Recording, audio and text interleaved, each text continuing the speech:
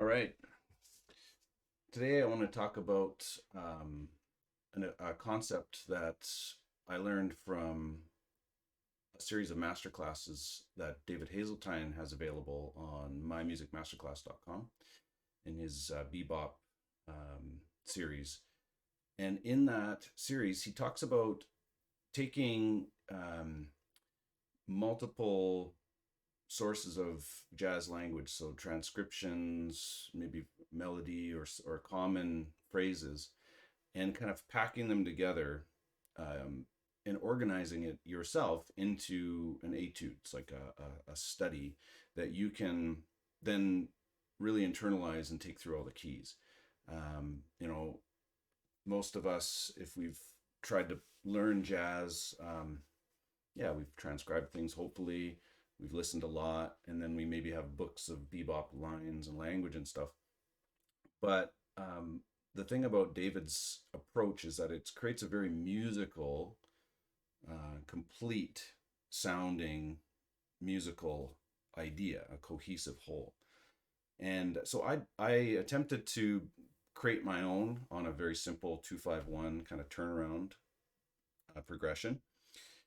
2-5-1 and then to the six dominant back to the two. And I got a lot of, in fact, pretty much all of this from another incredible instructor who's got a YouTube channel, and his name is Stin Wouters. I could be pronouncing his first name wrong, but it's spelled Stijn. I believe he's from Belgium. And I lifted a lot of this stuff off of one of his videos where he goes into an extended time of just blowing over 2-5-1 and a turnaround, and there's so many great ideas in there.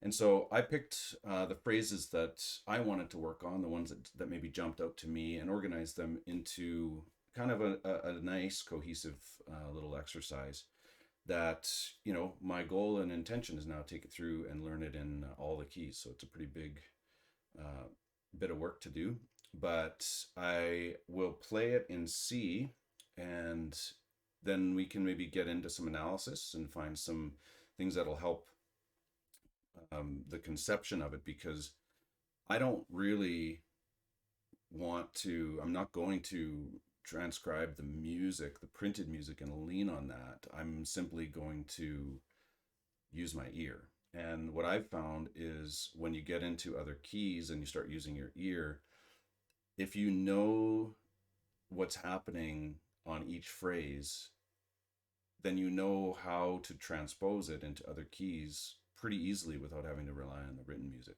So after I play it, assuming I get through it, we will talk about it and analyze what's going on in these lines. So here we go. Playing it fairly slow, mainly because I haven't worked it up to a fast tempo, but also just so that it's kind of easy to follow and really hear what's going on.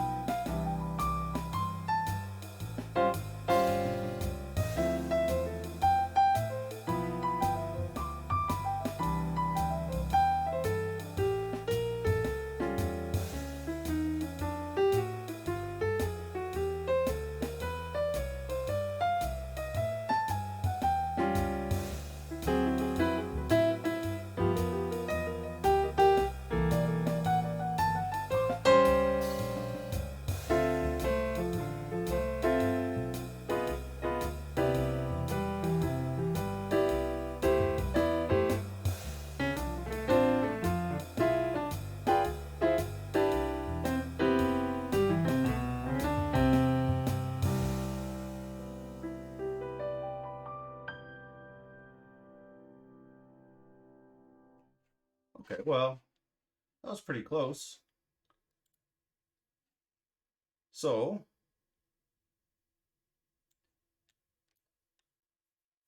why don't we get into some analysis now?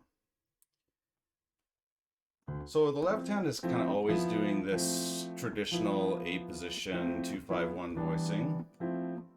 So it starts on the 3rd and up to the 9th. It's basically an F major 7 shape. And then you simply do that, or you could keep the A in there if you want that sound of the natural 9th. And then a C major 9. And then this kind of A7 alt sound. So 7, 3, and then flat 13, or some people might call that a sharp 5. So the left hand, I mean, other than maybe moving around to accommodate fingers, like, you know, if the right hand gets down into that range, that's what the left hand is doing. So let's focus on the right hand line. So this first one starts on the major 7, and then it just outlines a D minor 7 chord up and back down, and then it just does a chromatic thing on the G, starting from the 3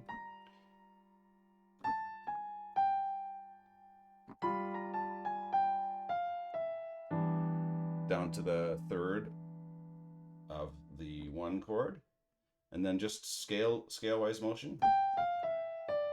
But it's you'll notice that it lands on, you know, we're landing on chord tones on the downbeat or on strong beats generally. So down to the 3rd of the A7, and then up to the, this is very common, up to the flat 9, and then down to the root. So that's kind of the thinking I would have. Okay, and then scale, and that sound, the 3rd to the flat 9 down to the root, is like super common. Okay. Let's scroll here. Can I move this score? Oh, good. Yeah, I can move it. So let's scroll here, and then we'll go to the next phrase. And this is now another arpeggio starting on the 3rd of the D minor. So it's 3, 5, 7, 9, and then scale down. And then you've got a little chromatic thing coming up from the 9th to the 3rd on the G chord. And then an arpeggio up that. And then flat 9, sharp 9. So it's 3, 5, 7, root, flat 9, sharp 9. And notice it brings you that da da da da da to the 3rd on the 1, which is nice. And then, so just a kind of a broken chord there. And then here we get that flat 9, and then a kind of a leading tone, a chromatic leading tone. So that's actually the major 7th, but it's really not functioning as a major 7. It's just bringing you back, so it's kind of like almost an enclosure. So that's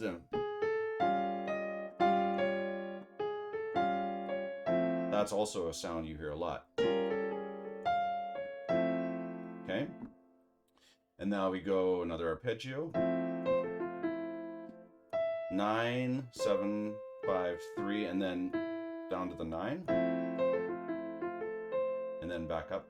Now we hit the 13 on the 5 chord. And then the flat 13. That's really cool. And you hit it in your left hand too. And then we have chromatic to just repeat that phrase up one whole step. Great language. Whoops. Yeah, I was playing that before I moved the score. So here we go.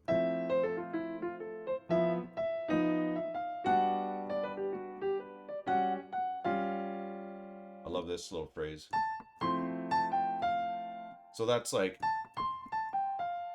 chord tones, right? 5, 7, and then stepwise motion down to the 3rd. And now just kind of a run, an embellishment. And now we've got the octatonic scale, what some people call the half whole diminished.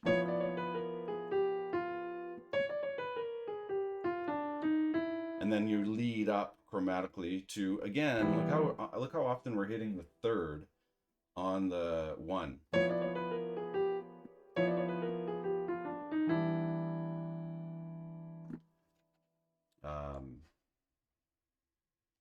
We'll move the score again.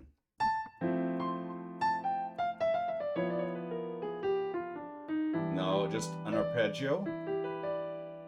3, 5, 7, 9, then 7, 1, 3, 5. That's another really common phrase you can play on 1 chords. And then it works so nice to go to the flat 9 again. And then this is just a chromatic leading tone. This is great. This one has a lot of cool chromatic stuff going. Enclosures and leading tones. So that's just functioning as a kind of a chromatic tone. And then that's just a pure enclosure. Now we're walking scale-wise down the G mixolydian.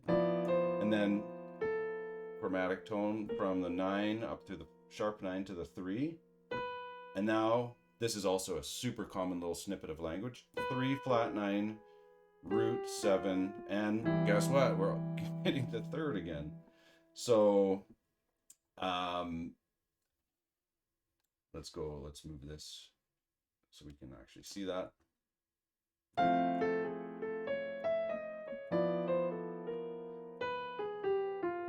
And then doodle-dee-dab, just a little triplet phrase, also an arpeggio. And then this arpeggio on a C sharp diminished. You could call that a B flat diminished as well, or G diminished 7, or an E diminished 7. They're all the same notes, but I think of it, in this case, for some reason, I think of it as a C sharp diminished. So that's just chromatic. And then a leading tone, because this is the note we want to hit on the D chord, the 9. Once again, D. That's kind of enclosure, leading tone. And then chromatic up to the 3rd. Remember that last time we did that? We had 3. Bring this over.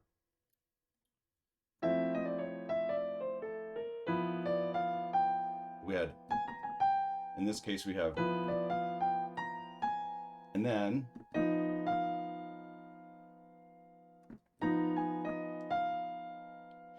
so sharp 9, flat 13, 7.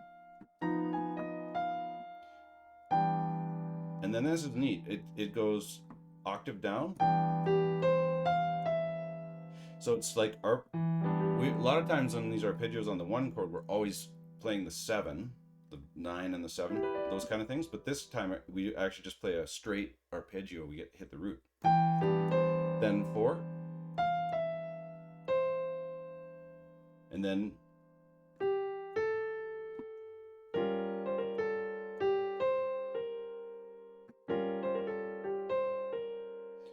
okay. That should be pretty explanatory there. And then now we come down here. Super common. That's in all the bebop books. Just root down to the sharp 7, the major 7, just to give you some sense of motion. And then this is that octatonic scale again. The half whole diminished. So if I was starting on G, I'd just play a half step, a whole step, a half step, a whole step, a half step. That's the scale. Here now we land on the 5 on the C chord, which is nice. And then I like this. This is kind of laid back. I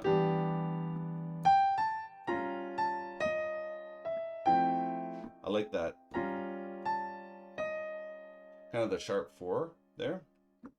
A flat 9 root, sharp 4 to 5, and then we hit the 11. And now this is a honeysuckle rose lick, and this is a super so on the 1 or on the 2 chord, and then so that comes from the A flat melodic minor scale. So it's 9 root 5 3 9 root of A flat melodic minor, and you play it over a G7 chord.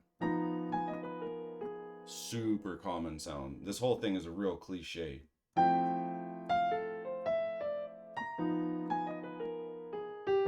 And then just a little. Okay, there's that. And then I love this. This is now we hit the minor triad. We're not even hitting any extensions on the 2 chord. Then we get that kind of, you know, that Funny Valentine or In Walk Bud descending, that kind of sound.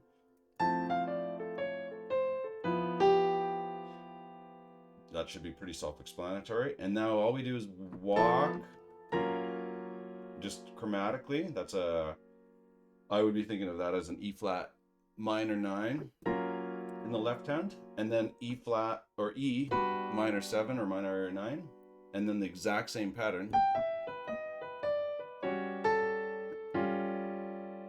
And it's nice to hit that natural 13 and then flat it to get there. So that's pretty cool. That minor.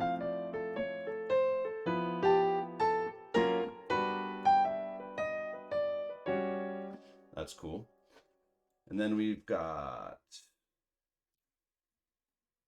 another arpeggio just on the D minor 7. Just down and back. And I love this. Hit the 13 on the 5 chord. And then chromatically up to the root. And then to the flat 13. And then this is a great interval.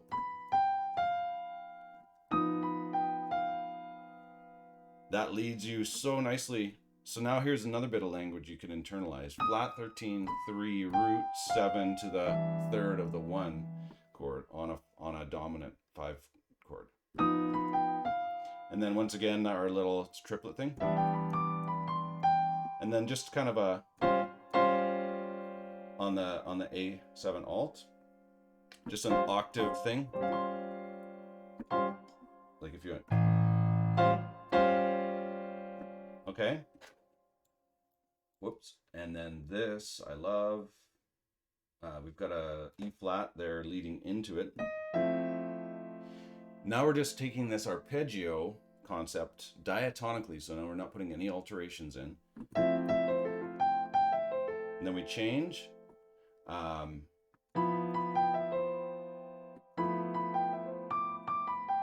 So it's basically, we're just jumping up a 3rd and playing those shapes.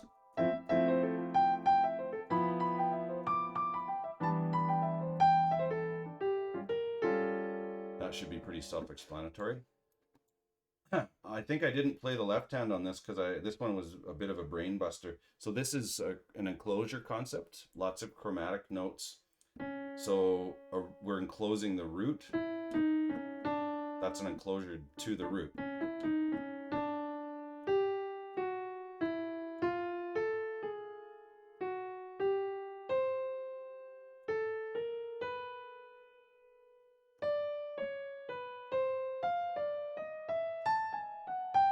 So if I did play the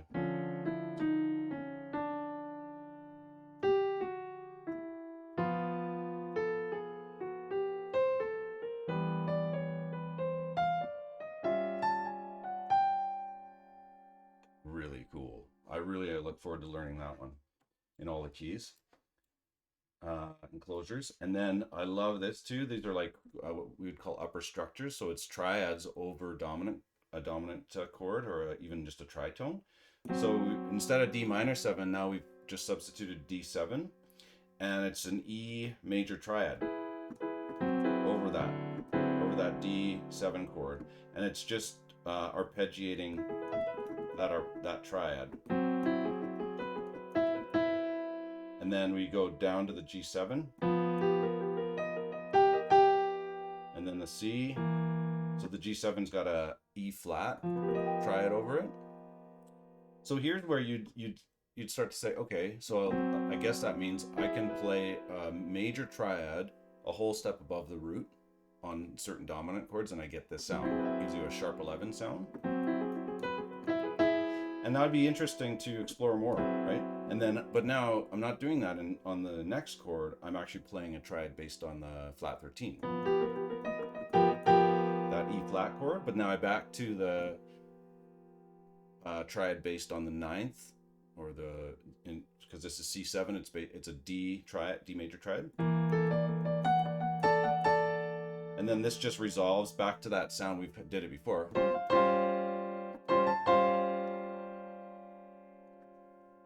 Okay, so that's upper structures. And then the last couple phrases are a little more two-hand stuff.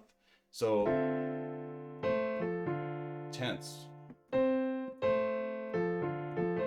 Kind of got that 11 sound. And then just flat 9, flat 13. And then just a straight C major. And then two-handed thing, like block chord. So now what we do is the left hand doubles whatever the top note is.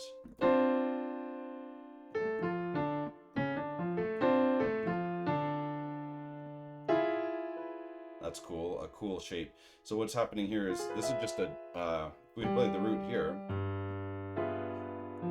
It's just a G7 flat 9 with a 13, but it sounds so great when you play the 13 here in the left hand, because you get that crunchy thing, and then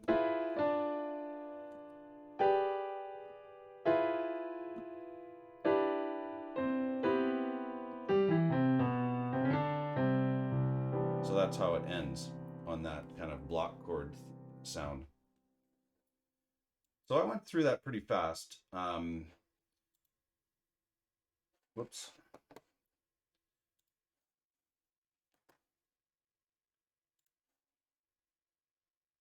But I hope that's helpful. And what I'll do is I'll put a link to a PDF of this score so that you can have the music and practice it yourself.